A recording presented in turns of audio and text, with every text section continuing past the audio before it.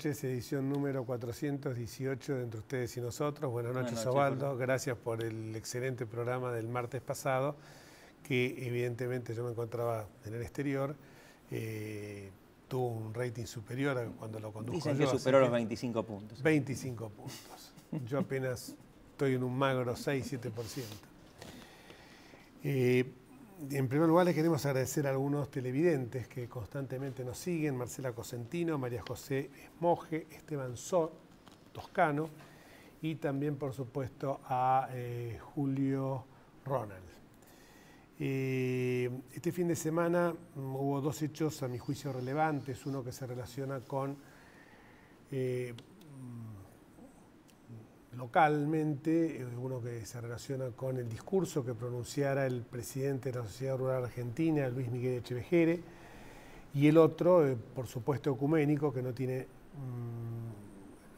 por supuesto, una relevancia superior a lo que simplemente ha ocurrido en estas comarcas, una cosa más doméstica, que es el encuentro ecuménico de la ciudad de Río de Janeiro, donde su santidad, Francisco, presidió la Jornada Mundial de la Juventud con un cierre realmente espectacular de 3 millones de personas, la mayoría de ellos jóvenes, y que realmente nos hizo sentir muy bien frente a este nuevo soplo de aire tan fresco que impera en la Iglesia Católica, por obra de alguien que simplemente está haciendo en el universo, en el mundo, lo que venía realizando acá, y que quizás, como uno escucha reiteradamente, la gente no se daba cuenta. Cuando este hombre andaba en un subte, cuando andaba en un colectivo, cuando a las 5 de la mañana se ponía a hablar con jóvenes que venían de alguna bailanta, cuando estaba en una villa tratando de disuadir a los chicos que se alejaran del Paco, era un ser humano de carne y hueso que transitaba por esta ciudad sin escolta, sin custodia, sin nada, y como lo dijo también en Río de Janeiro, ¿de qué serviría si yo me quiero comunicar con la gente y tengo permanentemente vidrios blindados? El trato ese que me señaló en reiteradas oportunidades cuando iba a San Cayetano, por ejemplo, los 7 de agosto, y saludaba a la gente y nos decía qué feliz me siento cuando termino cansado, pero con un cansancio tan agradable que era provocado justamente por el contacto con la gente, que él tanto lo vivifica. Por eso es que le pide a la gente que rece por él, porque eso es justamente lo que lo alimenta en su espíritu.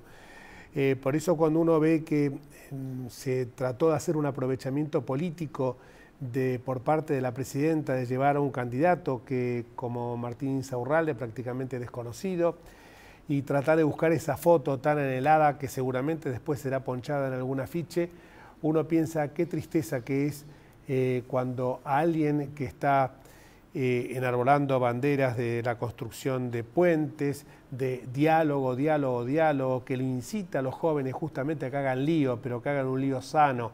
El lío sano es correr detrás de esas ideologías y utopías, que todos hemos tenido ese fervor, esa efervescencia que uno tiene en los años, sobre todo jóvenes, cuando realmente piensa que puede cambiar el mundo. Como dijo en una oportunidad Pepe Mujica, a los 20 años pensaba que podía cambiar el mundo. Hoy pienso que si cambio la baldosa de mi casa, de la vereda de mi casa, me encontraría muy feliz.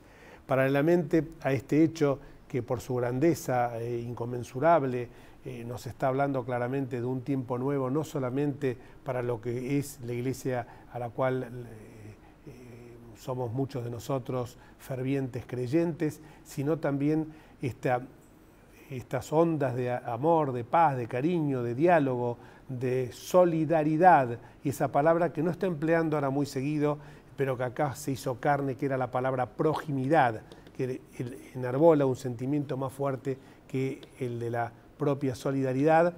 Cuando uno ve todo esto y se encuentra con que en la Argentina seguimos en las pequeñas mezquindades, en el vuelo Ramplón, Gallinacio, piensa cuán lejos estamos de todo esto. 2 segundos finales, porque si no nos vamos a extender demasiado, los invitados que tenemos son muy valiosos como para desaprovecharlos. El discurso de Luis Miguel Echevejere realmente fue un compendio de todo lo que se hizo en la década, entre comillas, como dijo él, ganada. La década ganada por unos muy pocos, los que pesan los billetes en bolso, lo que, por ejemplo, el cepo que abarca a todos y todas, a ellos no nos abarca, como el insulto que merece, el insulto que nos ha proferido a todos los argentinos el reciente viaje faraónico del gobernador de Tucumán, una provincia sumida en la pobreza, donde se ha hospedado en hoteles sumamente faraónicos y que realmente uno ve esa Argentina tan desigual y ese clamor de inclusión social de que nos habla el Papa Francisco. Pero estamos en tiempo electoral, dentro de escasos 10 días tenemos las PASO, primarias, abiertas, simultáneas y obligatorias. Y hoy tenemos acá, Osvaldo, un invitado muy especial que, aparte de ser amigo personal, tiene la particularidad de ser quizás uno de los encuestadores más serios que hay en la Argentina, o formando parte de una consultora, Poliarquía, que es, creo, la que no solamente ha acertado, pero con un trabajo de campo, por cierto, científico y muy serio, y resultados en las últimas elecciones, sino que también ahora nos está mostrando claramente cómo se va visualizando esta suerte de kirchnerismo y post-kirchnerismo. Buenas noches, Jorge, gracias por invitarme. Buenas noches, Osvaldo. La verdad que estamos en un escenario político, yo digo un escenario político en cambio, fundamentalmente en la provincia de Buenos Aires. La provincia de Buenos Aires, como ya sabemos, 40% del padrón de la Argentina, más allá del volumen que tiene, la discusión política que hay en torno a los resultados de las PASO en agosto y de las elecciones generales en octubre, tienen que ver básicamente con cómo se empieza a diseñar el mapa camino al 2015. Entonces, me parece que es interesante seguir cómo este proceso se está dando y hay algunas novedades. Y podemos analizar un poquito también la ciudad de Buenos Aires, que seguramente será de interés de los televidentes. Una pregunta previa a que vos nos digas cuáles son esas novedades de tendencias. ¿La gente en general entiende qué es lo que va a votar el 11 de agosto? Hace 3 semanas, cuando hicimos la primera encuesta que publicó La Nación en forma exclusiva, 72% de la gente no tenía mucha información ni conocimiento de cómo venía este proceso. Eso ha bajado prácticamente a 40% ya, digamos. No, a mí el dato me resultó un dato sorprendente, pero no tanto, porque sabemos que, yo siempre digo, y con Jorge lo hemos hablado, el 80% de la gente se acerca a los procesos electorales 2 o 3 semanas antes. Entre 15 y 20% en el que estamos todos nosotros, analistas políticos, candidatos y alguna gente que le interesa, que seguramente está mirando esta noche, sigue la cuestión. Pero en general el 80% de la gente llega al proceso al final. Con lo cual el dato era un dato fuerte, pero no estaba fuera de lo habitual. Pero además que esta tiene una particularidad, porque no es la elección habitual, sino que es una elección de candidatos y en algunos casos ni siquiera es una elección interna, sino que es prácticamente una especie de encuesta. Yo lo llamo como una elección de doble vuelta, claro, el sistema, ¿no? Claro. Porque salvo la ciudad de Buenos Aires, donde se va a dar la interna de UNEN, con 3 candidatos fuertes a senadores y 3 listas de diputados nacionales también, con mucha presencia. Y también, por Dios, la de Compromiso Federal. Bueno, la de Rodríguez A, porque el escribano Luis Beruti, que nos ve permanentemente, nos dijo, ojo que yo soy candidato en una de estas listas. Bueno, ella tiene 6, creo. Tiene 6 listas, sí, pero un solo candidato pero senador. Se dan en la ciudad de Buenos Aires, sí. En general, el uso en sentido estricto de la herramienta electoral. En el resto del país hay algunas elecciones en algunos lugares, pero en general no se usa como está diseñado. Entonces yo siempre digo, ¿no? Los argentinos en términos legales vivimos de primeras experiencias permanentemente. Bueno, vamos a tener una primera experiencia de paso que veremos cómo resulta. Me parece interesantísimo, de cualquier manera, en la ciudad lo que va a pasar, ¿no? La movilización, los candidatos, está empezando a cobrar una suerte de calor la campaña, con algunos cruces de opiniones, venía como muy tranquila. Bueno, entre estas últimas horas y creo que las próximas va a seguir. Y sobre todo mañana está el debate de los candidatos a diputados de UNEN, que eso le va a dar también... Bueno, por eso digo, la interna de UNEN y la interna de otros espacios, para no dejar a nadie afuera, creo que le dan a la elección en la ciudad de Buenos Aires características diferentes. ¿Y qué números están...? Ahora sí, vamos a los bifes. Todos los números, todos. No, la última encuesta que tenemos en Ciudad de Buenos Aires nos estaba marcando que el PRO holgadamente encabeza la intención de voto para senadores en la figura de Gabriela Michetti.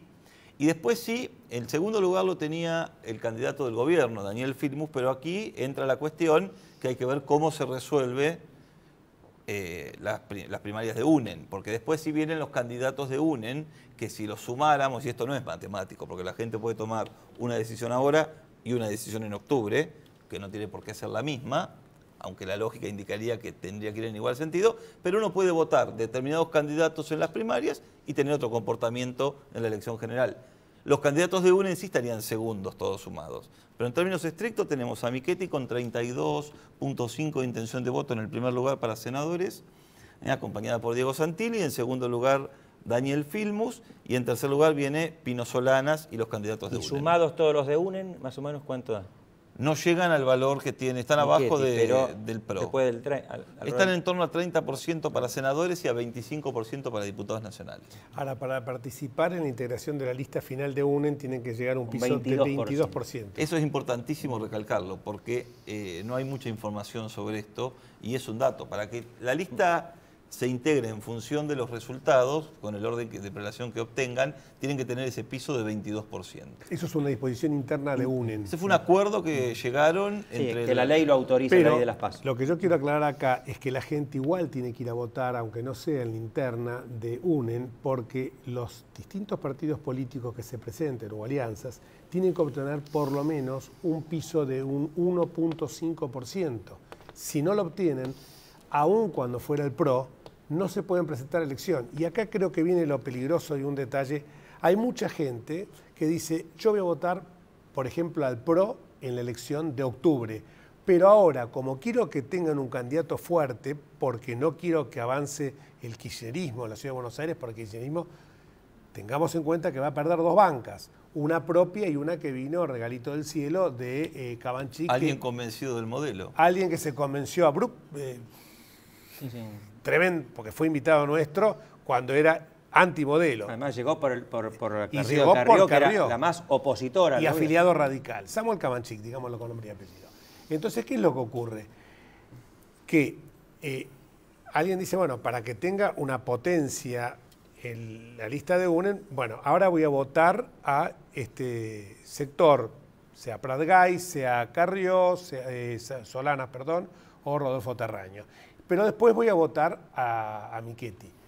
Acá no se puede dar una paradoja que nosotros diciendo esto es una encuesta y como muchas veces la gente juega ganador o en este caso al que puede derrotar con mayor enjundia, con mayor facilidad al gobierno, la gente en la segunda vuelta diga no, mi preferencia estaba por este lado, pero como vi la vigorosidad, el vigor que tenían los candidatos de, por ejemplo, UNEN, voy a votar en ese sentido.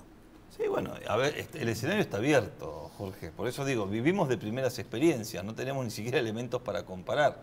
Entonces es un proceso, vuelvo a decir, interesante el que se da, pero deja un escenario abierto. Lo que yo veo, por lo menos por los números que tenemos y por el análisis, claramente la gestión de Macri tiene un nivel de apoyo y de aprobación en la ciudad que se ve en la intención de voto. Seguro. Cuando uno pregunta las razones por las que acompañan al gobierno de la ciudad, todas las que tienen que ver con obras y con, yo digo, Macri, entre comillas, hacedor, constructor, son las que identifican ese voto. Ahora, por el otro lado, también seguramente va a haber gente que no va a querer que el kirchnerismo obtenga un desempeño que le permita conservar alguna de las bancas.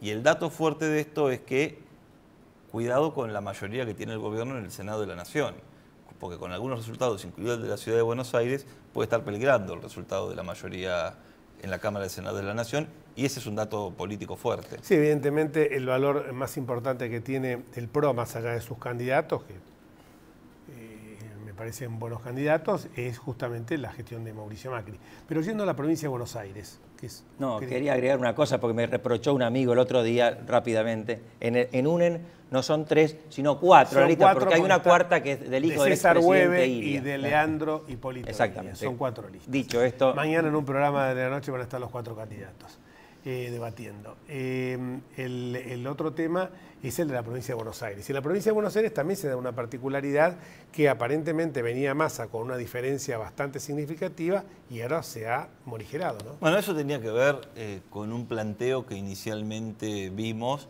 que iba a suceder en este sentido. Massa arranca con 11 puntos de diferencia en la primera encuesta que publicamos en La Nación sobre Martín Insaurralde, pero en este contexto que le comentaba Osvaldo, 72% de la gente no tenía demasiada información del proceso, e Insaurralde tenía más de 60 puntos de desconocimiento. En la medida que el gobierno, la presidenta y Scioli trabajaron al lado de Insaurralde, empezó a crecer su conocimiento y le quitó voto cercano al gobierno que Massa estaba teniendo. La última semana publicamos 5 puntos de diferencia y yo creo que el escenario está abierto.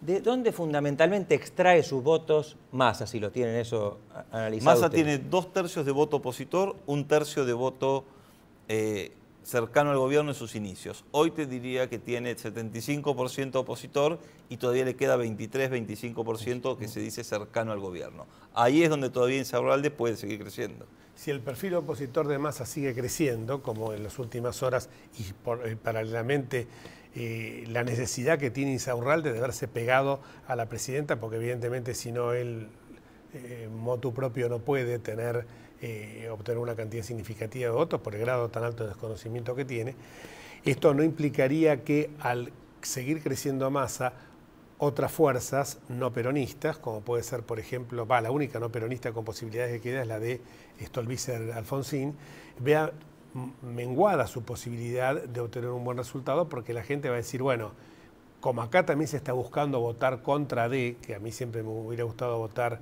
a favor de, pero lamentablemente la política nuestra en los últimos años es ir a votar por opciones, no se puede dar la particularidad que esos candidatos queden totalmente desplazados y que termine siendo... Que se polarice. Se polarice totalmente. Bueno, esa posibilidad existe, por lo menos hasta ahora en los estudios no la hemos visto. Existía esa posibilidad, sobre todo en el voto de Francisco de Narváez, que era un voto opositor fuerte.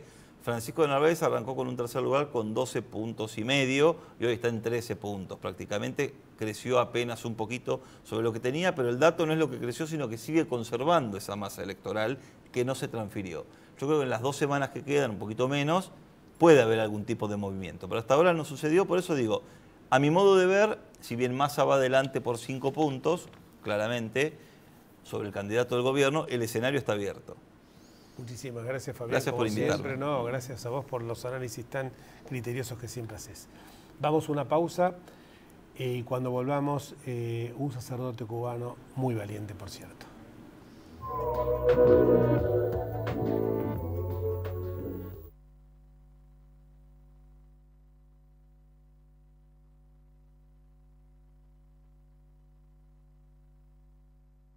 Vivimos en un mundo que necesita minerales. Pero sabemos que, antes que nada, necesitamos un mundo donde vivir. Cámara Argentina de Empresarios Mineros. Por una minería limpia, segura y sustentable.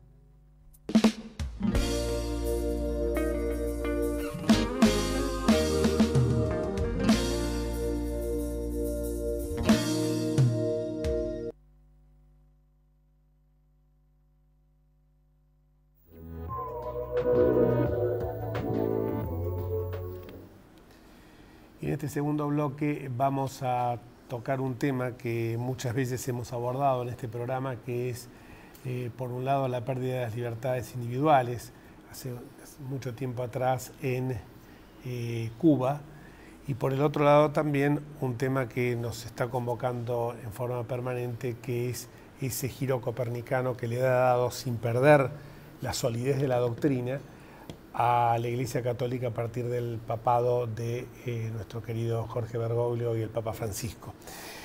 Y nos acompaña hoy el sacerdote cubano José Conrado Rodríguez Alegre. Gracias por venir, padre, realmente. Gracias por invitarme. No, porque uno ha escuchado hablar muchísimo de usted. Cuando nos dijeron de la posibilidad de venir a este programa nos puso muy contentos porque en un lugar donde las libertades individuales están siendo cercenadas, las libertades religiosas desde luego también, que alguien tenga una voz tan valiente revela que todo el respeto por parte nuestra. Mire, cuando se discutían algunas normas bastante controvertidas en la ciudad de Buenos Aires, vinculadas con la unión civil de homosexuales, con el matrimonio igualitario, con el aborto eugenésico, hubo un sacerdote que un día, le digo yo, qué difícil que es luchar, yo siendo diputado, qué difícil que es mantenerse firme a estas comisiones, a esta doctrina de la Iglesia, y él me dijo algo que realmente dijo, mira, yo no lo vería tan difícil. Es el padre Juan Torrela, el vicario, que fue vicario de educación. Me decía, yo no lo vería tan difícil.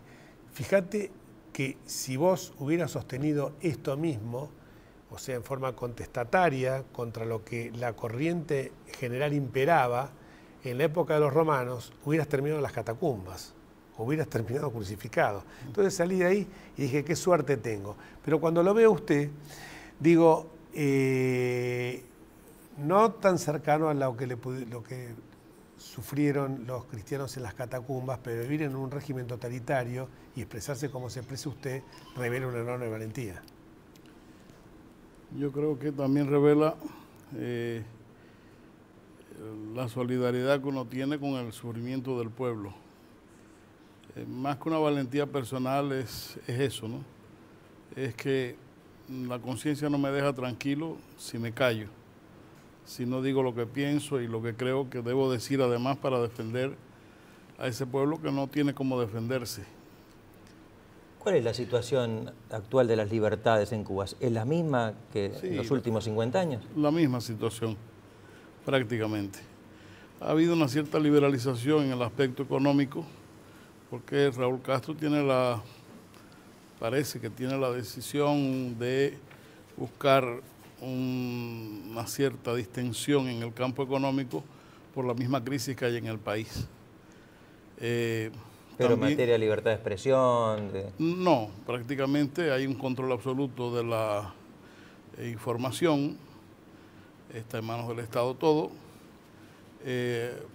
Realmente lo que pasa es que, claro, hay un grupo de personas, no es muy grande en este momento, pero cada vez va creciendo, que van adquiriendo una voz propia y a través de los medios nuevos de comunicación, más difíciles de controlar, que son más difíciles de controlar y que están dando un protagonismo cada vez más sólido y cada vez más serio.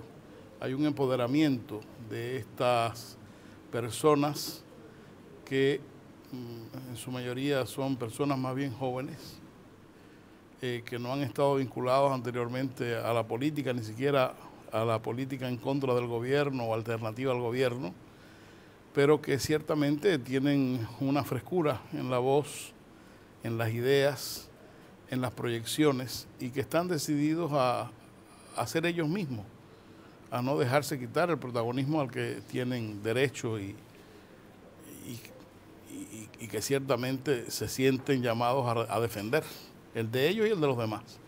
La carta que usted le manda a Raúl Castro resulta conmovedora porque usted no está hablando como si fuera un jefe de una fracción opositora al gobierno, sino que está hablando en un sentido muy ecuménico y todavía le reconoce lo que ha empezado a hacer por Cáritas, y le reconoce también que es un hombre sensible a raíz de la muerte de la mujer, de cómo él había reaccionado, y que usted le ofrece el corazón y la mano franca.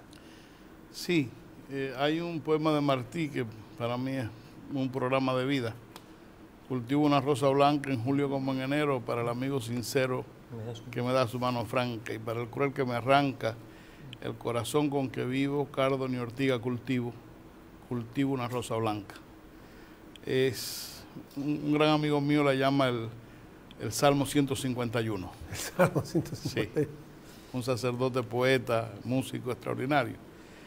Y yo creo que este es el momento de, si verdaderamente hay una voluntad por parte del actual jefe del Estado de lograr los cambios que Cuba necesita, apoyarlo. No importa que lleve el apellido Castro y que sea el hermano de Fidel. En el último minuto que nos queda, su visión sobre la Jornada Mundial de la Juventud en Río de Janeiro. Fue algo extraordinario, realmente. Fue un mar de gente, pero además un mar de gente convencida y convincente. Esos jóvenes que vivían un momento hermoso, tranquilo, entusiasta y al mismo tiempo convencido. Realmente fue algo extraordinario. Te agradezco muchísimo, sobre todo por la valentía. Por más que usted diga, la valentía suya viene inspirada por el Espíritu Santo, hay que tener coraje. Y sigue así. Muchas gracias. Bueno, y con este mensaje fresco nos retiramos, vamos hasta el próximo martes, si Dios quiere. Chao.